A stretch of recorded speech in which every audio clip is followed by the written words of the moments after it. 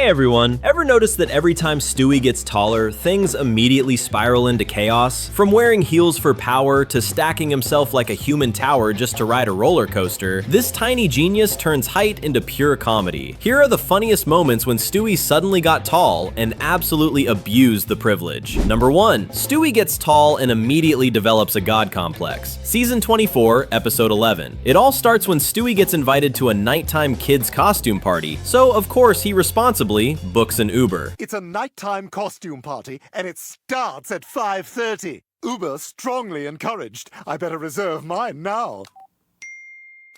Oh boy.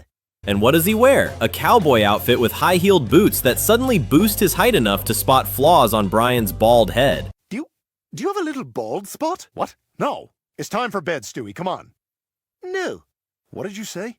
I said no. You go to bed, you short, bald bitch. The extra inches go straight to his ego. Stewie decides that whoever's taller makes the rules. Sorry, Brian, short people don't get democracy. We literally look like Schwarzenegger and DeVito in twins. Oh my god, this is everything! Oh god, life is funny, man. Alright, get out of my seat. Brian refuses to be dominated by a baby in heels, so he throws on a pair of gardening clogs to gain some height and bullies Stewie back. You bastard, how'd you do it? Gardening clogs. Why is funny? The joke is he wears normal shoes? I don't get it either. Not to be outdone, Stewie upgrades to Uncle Sam's stilts, instantly becoming so tall that Chris mistakes him for Slender Man. Are you Slender Man? What? No, it's me, Stewie. Well, I think I'll go kill some people in the woods just in case. Seems like he was gonna do that regardless. Now Brian's had enough and buys stilts too, and by pure coincidence, they both bought them from the same place. Uncle Sam's stilts Uncle on Sam's Amazon? stilts on Amazon. Yeah, they get real cheap after President's Day. Well, I'm off to go establish myself as the town tall guy. Yeah, right. More like town small fry. With neither willing to lose the height war, they start competing step by step, awkwardly shoving each other down the sidewalk like two drunk giraffes. Ha! How's the weather down there, Pipsqueak? I don't know, Bruno Mars. How is it not being allowed on roller coasters and putting out album after album of undeniable hits? Eventually they're exhausted, just in time for two attractive models to approach them. You know, as runway fashion models, it's hard to find men who are tall enough for us. Is it just me, or is every guy these days a short, bald bitch? No way, we were literally just saying that. The models are impressed by their ridiculous height and invite them to a club that night. Stewie and Brian are thrilled. Tonight they're dancing with models. Brian, do you know what this means? We get to have dance sex at a with club. models. Oh yeah, and sex with models. So dope. They show up dressed to impress, but there's one problem. You can't actually dance on stilts. Stewie improvises. They'll just stand there and wiggle their hands. Somehow this works. Oh, cool. You may not be impressed with what I'm working with. You know, you can't wear underwear with this dress. Oh no, did you keep the receipt? The models love their quirky humor and ask to meet again the next day for some real fun. I'm so glad you just came alive again after that Narcan. Because you were like, ooh, I'm dead. And then you were like, I'm okay, let's go. I mean, if anything, you were more fun after the Narcan. Aw, you're so sweet. Stewie is beyond excited, already imagining himself living the glamorous adult life. What's in your sex briefcase? Oh, all kinds of grown-up sex stuff. I am so sorry, this never happens. The next day they arrive at the address, and it's just a beach with a broken parking meter. Let me just pay the sun-bleached, scratched-out parking meter that I can't see at all. What? I can't? All right, we're either good for 2 hours or we're gonna get towed. The models show up and announce that before the real fun, they need to work up a sweat in the Beach Olympics. Stewie immediately wants to ditch the stilts and go home, but Brian refuses. He's not going back to being a short white dog.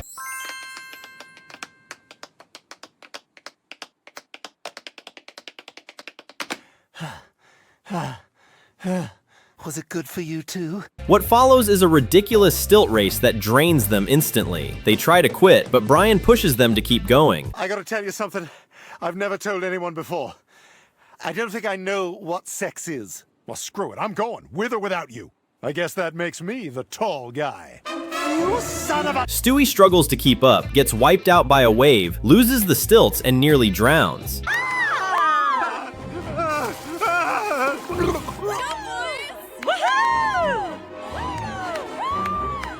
Brian faces the ultimate choice: save his best friend or impress the models. He dives in and saves Stewie, sacrificing the date. So, this whole time, you were just a baby and a dog on stilts? You're not also a baby and a dog on stilts, are you? No, we are not. Then I guess we are done here. Afterward, Brian admits he's insecure about never getting taller and envies Stewie's potential to grow. Stewie promises that height doesn't matter. They'll always be best friends, even if one of them occasionally turns into a skyscraper with a superiority complex. Check it out. Looks like our dates have already moved on. Yeah, we could never compete with those muscle guys. Number 2. Stewie gets big and immediately starts a business. Season 2, Episode 9. Remember when the entire Griffin family visited Brown University? I tell you, there's something magical about Brown. Brown's the color of poo. Yes. Yes, it is. Lois instantly feels old because everything has changed since her college days. Really? Perhaps if you laid on your back with your ankles behind your ears, that would ring a few bells. They take Meg to meet the Dean of Admissions to see if she has any chance of getting in. Excuse me, we're here to see the dean. Nobody sees the dean. Nobody know how. I'm sorry, can I help you? While waiting, Lois nostalgically talks about how amazing college used to be, then realizes they've basically been terrible parents who treat Meg like background furniture. You must be the Griffins. Come in. Oh, psst, honey, you got a little smudge. Hey, you got something on your other cheek, too. Meanwhile, Stewie and Brian wander around campus. Brian relives some unpleasant college memories,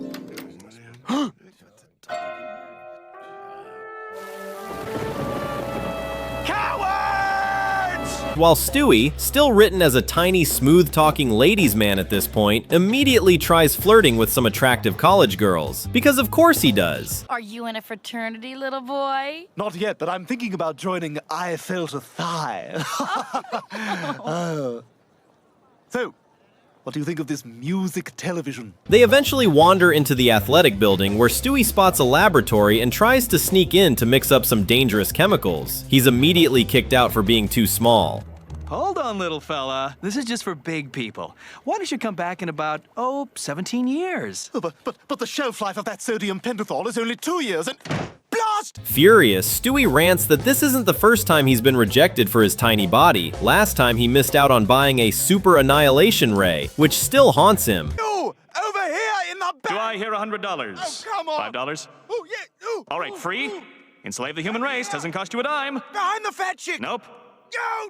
Okay. The rage builds. He wants to be bigger, stronger, less step stool dependent.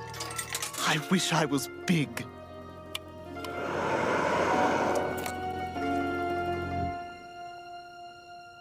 Blast! Back to Meg, the dean concludes she's not Brown material, despite her desperate attempts to convince him. Well, actually, I really wanted to go to Wellesley, but my mom said I might as well buy hiking boots and call myself a lesbian right now. Meg, eat your salad. We're not having dinner. And just be quiet. Lois worries that if Meg doesn't go to college, her future might involve modeling at a homeless shelter. You ain't getting this meat. This is my meat. Shut up. I found this meat.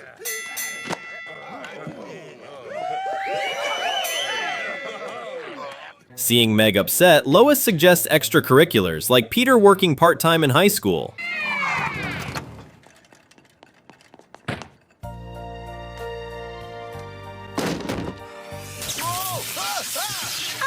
That'll be $27.50. Peter recommends she join a club, and Meg chooses the school newspaper, which oddly makes Peter proud. I challenge you to a race around the world. Go!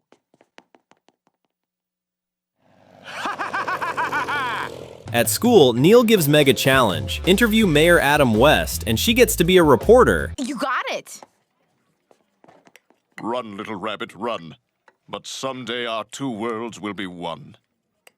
I sure hope my face clears up by then. Meg immediately rushes to City Hall, where Adam West refuses in the most dramatic way possible. See, I need to interview you and... You're with the press? Yes? Well, you can't interview a dead man, can you? Meg leaves with no interview and somehow also gets blown up, leaving her lips swollen like a duck. Because this is Adam West logic. Mayor West asked me to give you this. Uh-oh. Of course, you realize this means war. Meanwhile, baby Stewie just wants a cupcake, but it's placed too high. No more treats, Stewie. You're gonna spoil your dinner. Oh, come on! Oh, damn my small stature! And here comes the moment. He finally grows big and tall. Tired of not being able to find clothes that fit? I know I was. That's why I started Stewie's Big and Tall Man shop. If you're portly or tall, you'll find a friendly atmosphere brimming with personalized and expert service. Now towering over everything, Stewie doesn't just grab the cupcake, he opens a tailor shop. Because apparently when you become large, the first logical step is launching a clothing business for fellow giants. Hey, Stewie, how's the weather up there? Very fair. Like our prices. Number 3. Stewie gets taller just to ride a bike. Season 12, episode 21. Remember when Stewie became obsessed with Cadwallader from Essex, the show about a ridiculously wealthy family? Penelope Westworth Harrington? Oh, come on! From the Roysters of Tunbridge-on-Thames? Her uncle was steward to the Queen's Privy. She got plowed on a pile of hay in Game of Thrones. Oh, yeah. She's hot. Brian admits he knows nothing about it, which makes Stewie roast him, saying he's so stupid he's like a man cheating on his right hand with his left. I'm sorry, all right? Just get off my back. I'm out of here. God, it took me forever to get away. Oh my God, no! And then shooting both of them. Seriously, the man's deranged. Wait, stop. No, please. I'm begging you.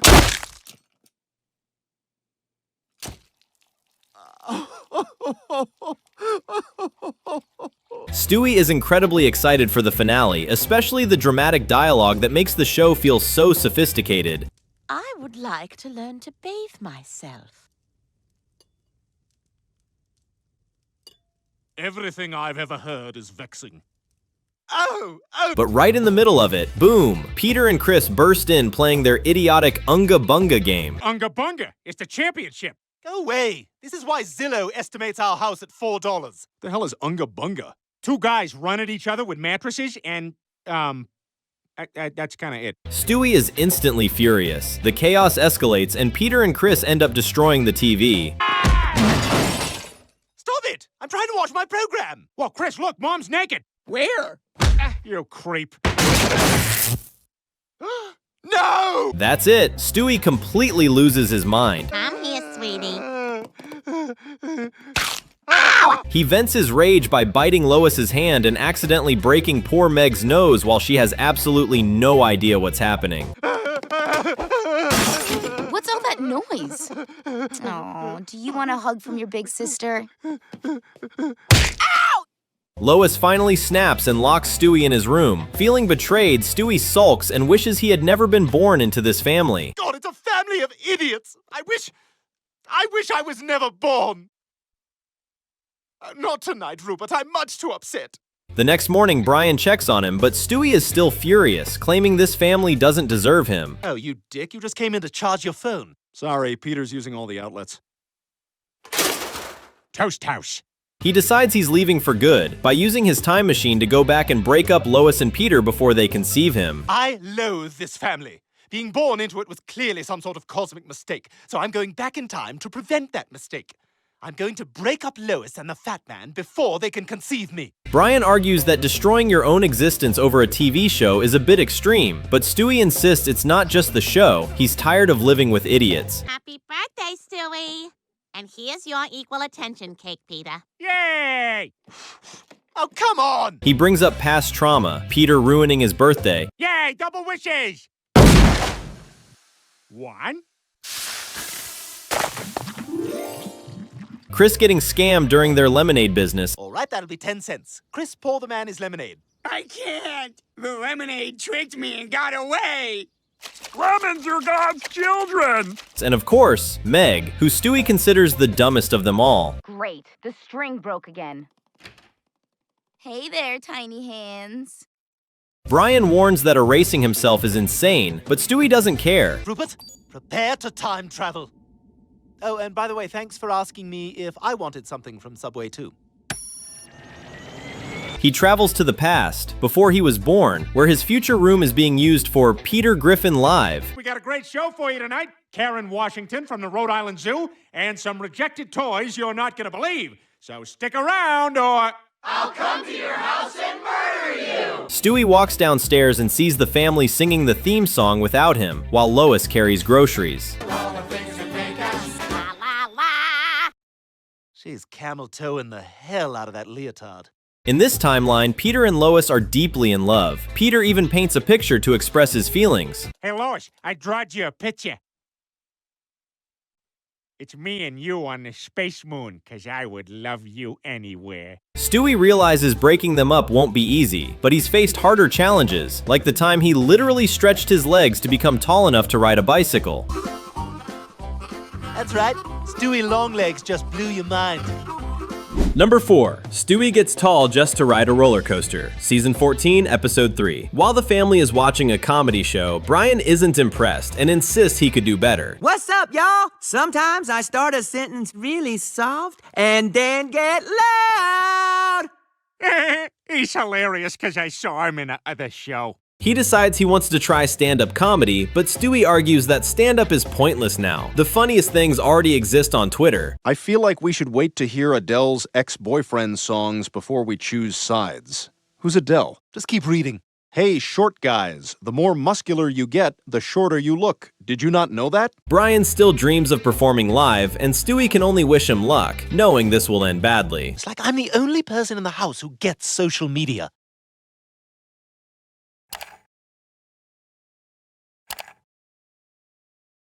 That'll get it started. At the Chuckle Bucket Comedy Club, Brian asks the manager for a shot, but first he has to wait for Consuela's set to finish. Fantastic. More like terrible.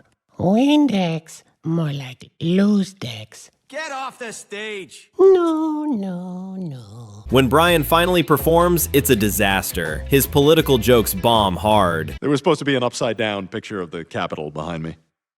Boy, awfully quiet in here. Sounds like John Boehner talking about poverty. Whoosh.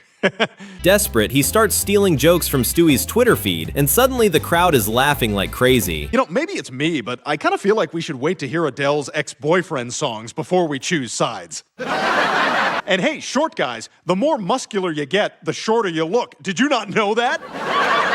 Brian is thrilled, thinking making people laugh is easier than passing a jet ski license test. You got 100% on your written test, 100% on your water test. Just one last question. Have you ever had a fist fight with your stepdad? Which stepdad? You passed! Here's your license. Go be a dick!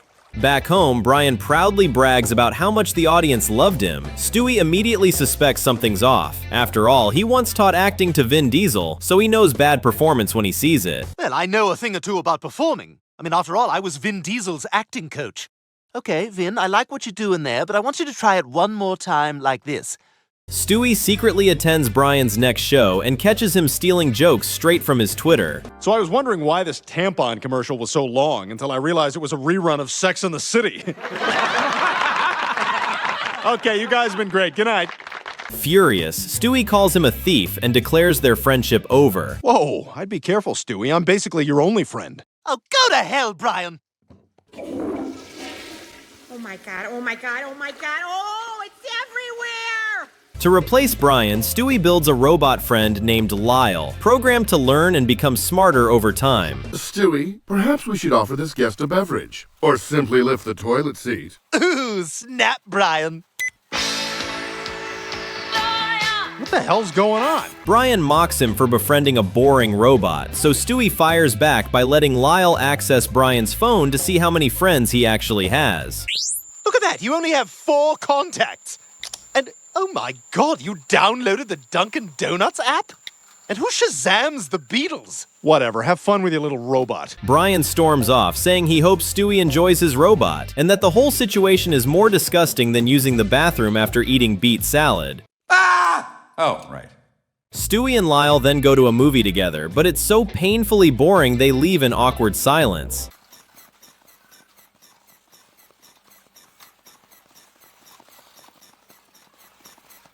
I'm going to bed. Yeah. The next day, they visit an amusement park. Stewie climbs onto Lyle's shoulders, wears a long coat, and disguises himself as a tall adult so he can ride the roller coaster. I am clearly above the minimum height requirement and shall now ride your roller coaster for which you are an attendant. Roller coaster, as I'm an adult who is licensed to do so. Hey, Hey! The joke? He manages to look tall for about 1 minute, before bumping into another kid doing the exact same thing. They both collapse, the disguise falls apart, and the ride operator immediately kicks them out of the line. It's the manager! Run! You get out of here, you kids who are just kids and not an adult like me! Number 5. Stewie hits puberty, and it goes straight to his head. Season 15, Episode 1. It all starts when Stewie watches a show that's definitely not kid-friendly. He lived happily ever after, but he did have to earn it. Hint, hint. Do it, Charlie! I'm not going back to that 4-person bed! Hell, I'll do it if you want! No, it has to be a child. Lois objects, which triggers Stewie to remind her of the time she literally took him to see Magic Mike XXL. Yep, this one's wet. This one too. Also wet. Huh, this one's dry, but the back of the seat in front of it is wet. Before leaving, Lois switches him to a more appropriate show, but Stewie hates it. Goes my kazoo, I will kazoo. Hey, how about you? The songs don't rhyme with real kid problems, like Peter using him as a lumbar support pillow. Oh. Oh. Oh. Oh. Oh. This thing works better in the car. Stewie concludes that if you want kids to like music, kids should write it, so he recruits Brian to help him start a music career. And you can help. Well, I did write a musical about Alexander Hamilton. Not that one, but sure, I'm in. Brian agrees, and Stewie immediately declares he's quitting his job at the factory to focus on music full-time. Hey, Butch, get a load of Stewie. He says he's gonna get out of here. You don't know me, man. I'm different. I got ideas. Hey, Butch, you hear that? Stewie's got ideas. His coworkers don't believe his delusional dreams and tell him to get back to work. Hey, Stewie, don't listen to those guys. Follow your heart. Shut up, Butch. You're the loser of this crew. Hey, guys, you hear that? Butch told me to follow my heart. Their first song, Mom Likes to Party, is ridiculously catchy. Mama liked to party when you were in her belly, drinking she did some. Mama liked to party when you were in her belly, that's why you are dumb. Thanks to Stewie's aggressive marketing, aimed squarely at middle-aged moms, they quickly land their debut performance at a birthday party. Musical entertainment available for parties. Musical entertainment available for parties. Hey, where you drinking that Chardonnay? But there's a surprise waiting. Stewie's ex-girlfriend Olivia is there. Stewie gets flustered, but proudly tells her about their big performance. Olivia? Oh my God, do I look okay? I hate this shirt. Switch shirts! Switch shirts! Stewie? I thought that was you.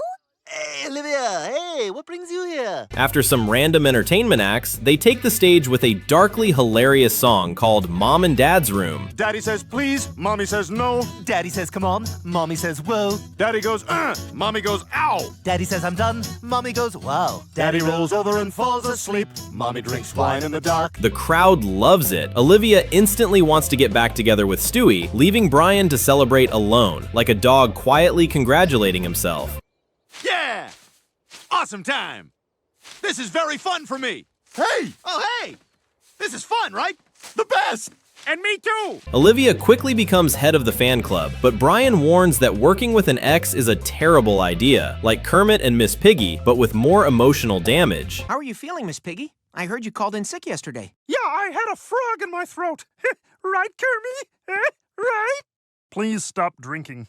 They go on a non-stop tour and grow more popular by the day.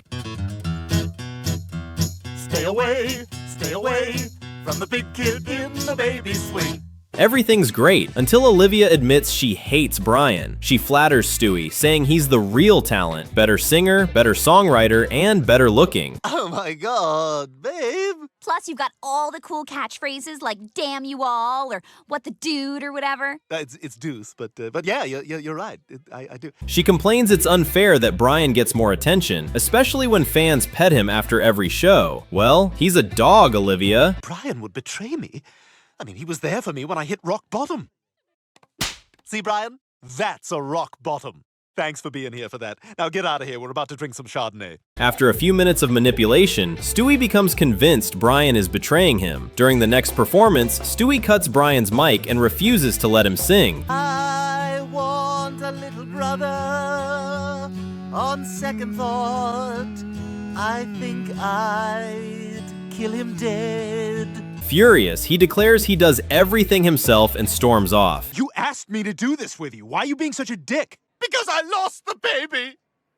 But Olivia's secretly plotting. She tells Brian to kick Stewie out so she can replace him. I think you and I should kick Stewie out, and I'll take his place. What? Bring out the snakes! Does he just come to all of our shows? Brian unfortunately agrees, and this leads to the hilariously awkward moment where Stewie suddenly looks much bigger, like puberty hit him emotionally before physically. I guess you're right. I mean, I wouldn't be surprised if he ends up looking like an exact mashup of Lois and Peter. Groceries. Speaking of Stewie's grown-up and tall moments, there are actually a lot of them, so here are a couple more episodes that really stand out. First, Season 4, Episode 28. In this episode, Stewie meets his future self, who has traveled back in time for a vacation. I can't go on no more now. Enough is enough is enough. I want him out that door now. Naturally, Stewie takes the opportunity to jump 30 years into the future, expecting to find himself ruling the world and finally free from his idiot family.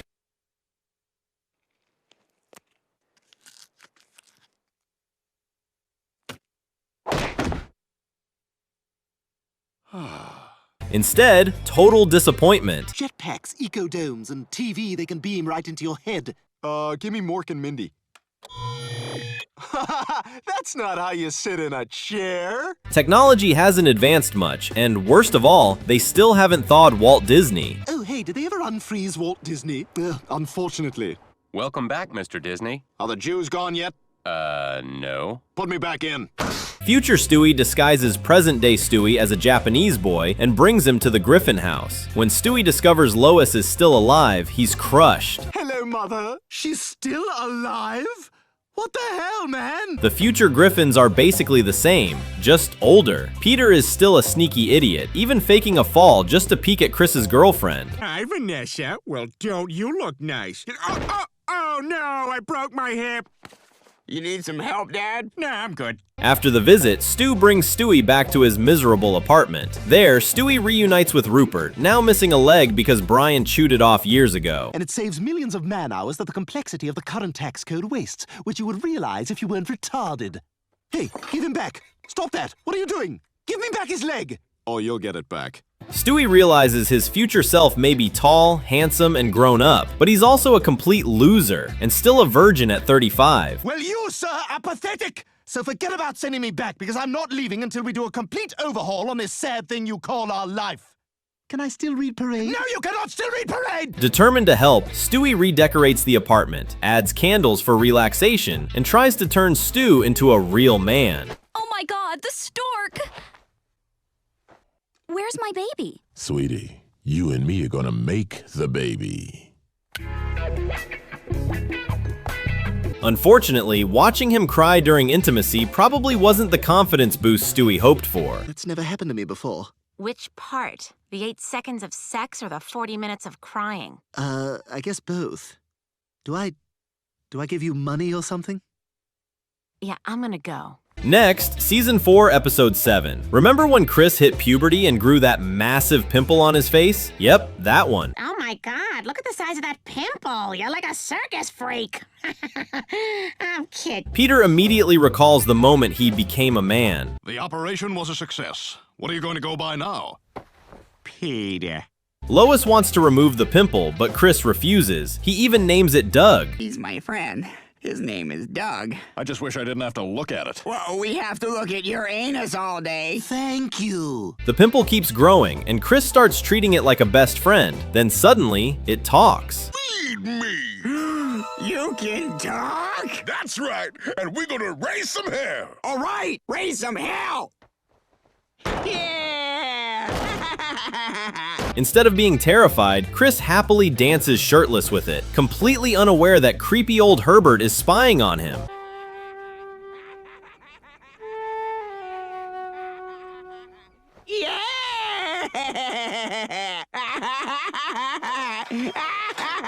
But the pimple turns out to be a bad influence, pushing Chris to prank neighbors, with Joe becoming one of the unfortunate victims.